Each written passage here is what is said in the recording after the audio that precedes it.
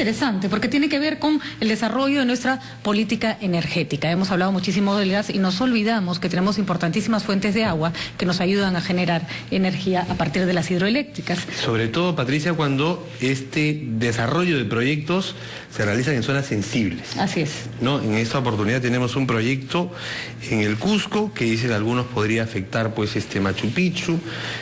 Hay en realidad dos proyectos o dos modos de desarrollar estas políticas energéticas en ese punto específico de nuestra geografía.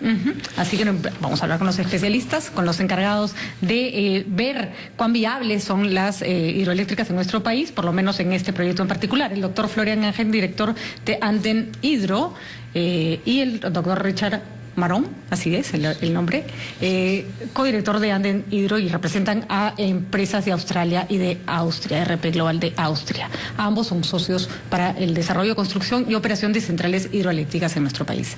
Pero cuéntenos un poco, porque a raíz del descubrimiento del gas en el Perú se privilegió la explotación y el uso del gas y nos olvidamos que las fuentes de agua son importantes generadoras de energía, y ya nos ha pasado que cuando el tubo del gas de camisea no soporta o algo ocurre, no tenemos con qué suplir esa falta de energía porque no se han construido más hidroeléctricas en el Perú. ¿Por qué la energía generada con hidroeléctricas es importante desarrollarse en nuestro país? Y como decía Ricardo, ¿cómo hacerlo sin afectar el medio ambiente? Bueno, antes de todo agradecemos mucho la invitación y la oportunidad de aclarar unos puntos. Antes de dar respuesta a su pregunta, quiero aclarar un punto.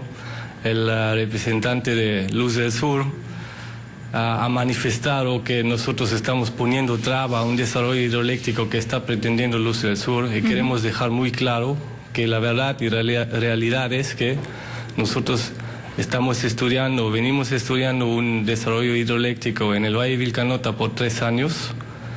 Estuvimos listos para construcción el año pasado, aplicamos a concesión definitiva el año pasado, y lo que nos está poniendo trabas en este momento para seguir adelante con este desarrollo es Luz del Sur mismo. ¿Cuál es el problema? Luz del Sur tiene una concesión, ellos han obtenido una concesión y por tanto ya el Estado peruano les ha dado la autorización para que ellos puedan iniciar, supongo, la construcción de esta hidroeléctrica.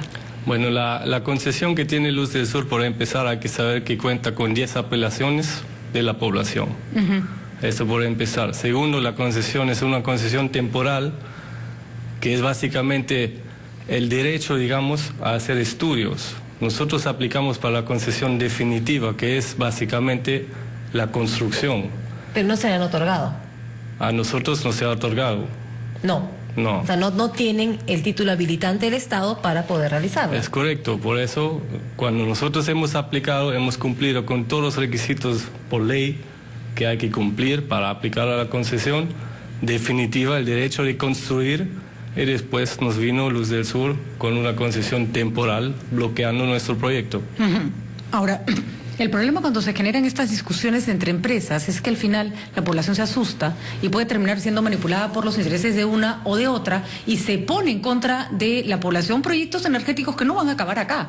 El Perú tiene muchos lugares donde se pueden hacer hidroeléctricas, pero si se sientan este tipo de conflictos, después todo el mundo dice, no, en mi zona tampoco. ¿No? ¿Cómo evitamos que las discusiones que se pueden dar naturalmente entre posibles concesionarios no afecten la percepción de un proyecto que debería verse de una manera menos apasionada, fuera de intereses personales? El tema social definitivamente es un gran tema en este momento, con muchos proyectos aquí en el Perú.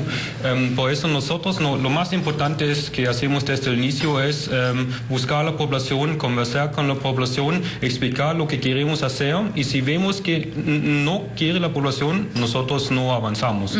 Pero en este caso particular, la población está convencida de nuestro proyecto. Nosotros estamos trabajando ahí hace 3 años casi, desde el año 2010, y tenemos excelentes relaciones con la población. Tenemos acuerdos, actas firmadas con la población, tenemos la licencia social. Eso también fue verificado durante el proceso de registro para los bonos de carbonos con los Estados Unidos. Es un requisito principal, licencia social, y en estos actos también hay derechos adquiridos para la población, ¿no? Entonces, ¿qué ellos están haciendo? relacionado a eso es un plan de inversión social, participación en los proyectos vía una fundación y varios elementos. Y lo que hace la población es defender sus derechos, por supuesto, ¿no? ¿Cuál es la diferencia entre el proyecto que ustedes quieren desarrollar y el que ya está desarrollando Luz del Sur?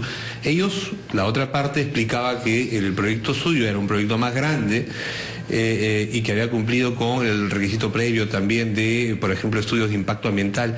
Y ellos decían que lo que planteaban ustedes eran más bien unidades más pequeñas, pero justamente la acusación o el señalamiento de ellos era de que de esta manera evitaban la presentación de estudios de impacto ambiental. ¿Es cierto eso?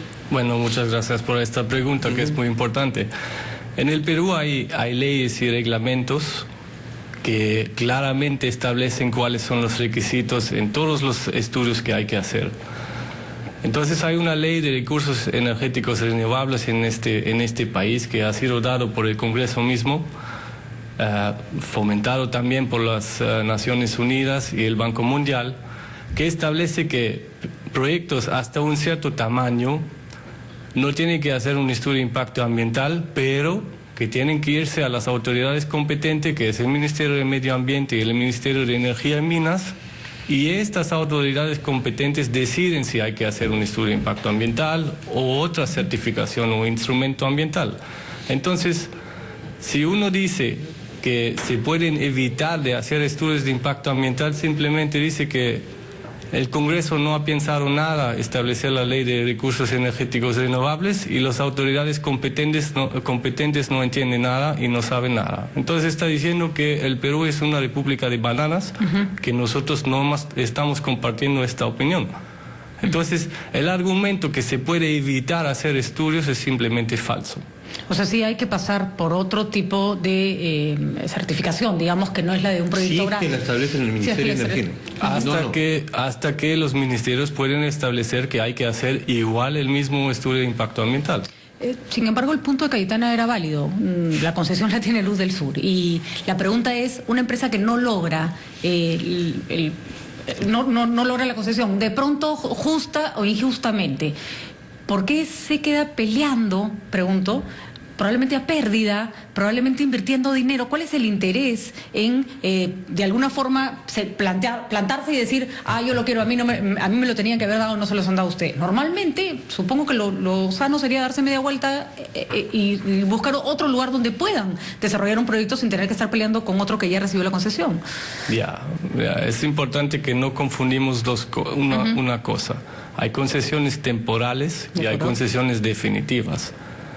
Una aplicación, una solicitud para una concesión definitiva es el resultado de haber hecho todos los estudios necesarios requeridos por ley para llegar a este punto. Una concesión temporal es nada más que el derecho dado por el Estado empezar con estudios. Entonces tenemos acá... O sea, ¿todavía tienen, digamos, un espacio para reclamar y para que las cosas sean de otra manera? El señor González mismo ha dicho, cuando le ha sido preguntado sobre los baños termales de Cucalmayo, que quizás van a mover su captación. Lo que quiero decir es que Luz del Sur mismo no sabe en este momento cómo se ve. Porque tiene que hacer justamente los estudios. ¿Ustedes han contado con una concesión temporal?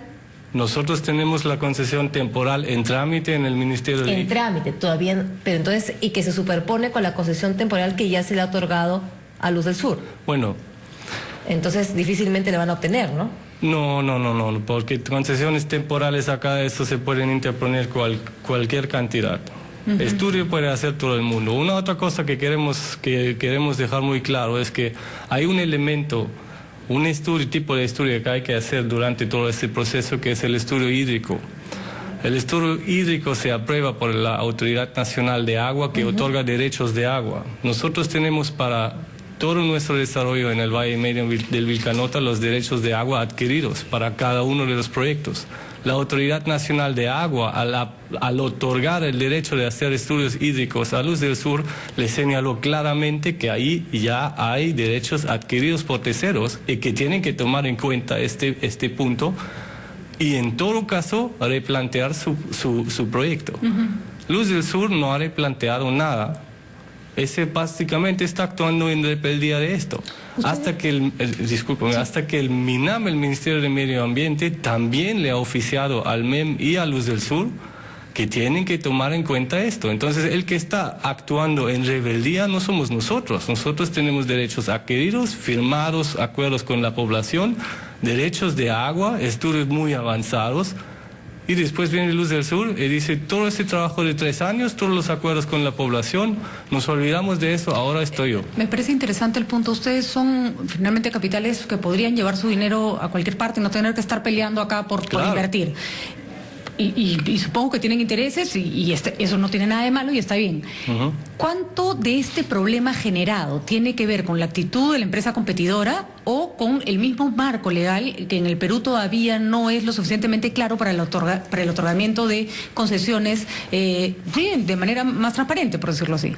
Bueno, el marco legal ha sido muy claramente establecido hasta agosto del año pasado.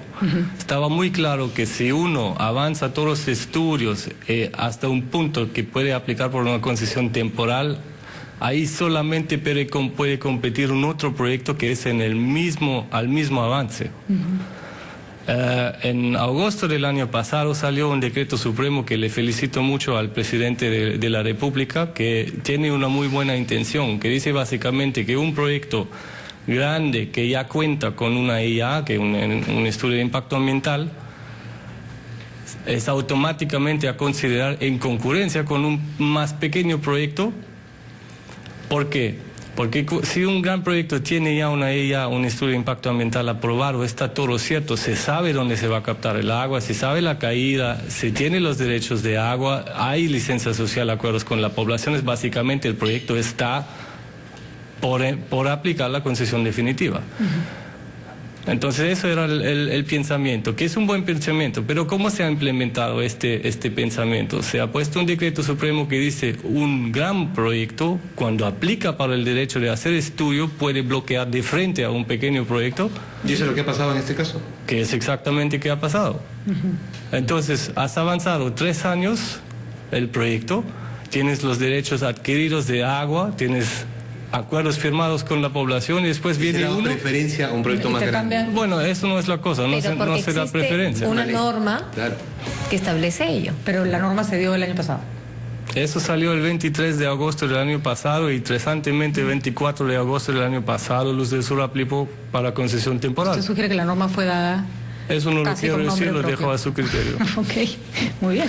En todo caso, es interesante escuchar a los inversionistas en nuestro país para saber cómo se mueve, ¿no? El tema de concesiones todavía falta muchísimo por mejorar. Nosotros aquí, en realidad, bienvenidos todos los que quieren invertir.